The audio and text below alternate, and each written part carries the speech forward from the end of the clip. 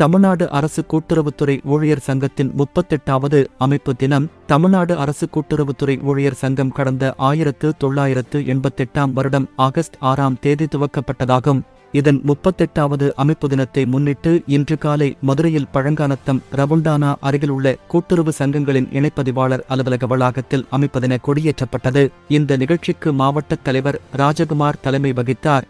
மாவட்ட செயலாளர் ஆசிக் ரசூல் அமைப்பு தின உரையாற்றினார். மாநில பொதுச் செயலாளர் நவநீத கிருஷ்ணன் அமைப்பு தின எழுச்சி உரையாற்றினார்.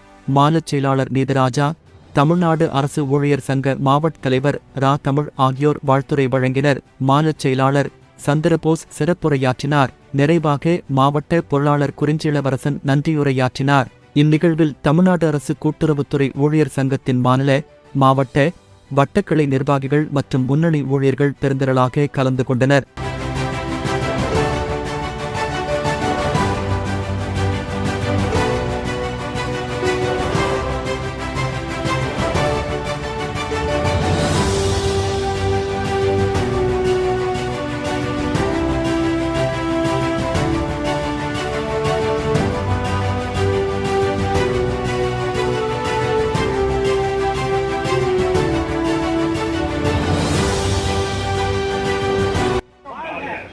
மாநில அரசு ஊழியர் சம்மேளனம், அகில இந்திய மாநில அரசு ஊழியர் சம்மேளனம், ஒன்றுபடுவோம், போராடுவோம், வெற்றி கிட்டும் வரை இறுதி வெற்றி.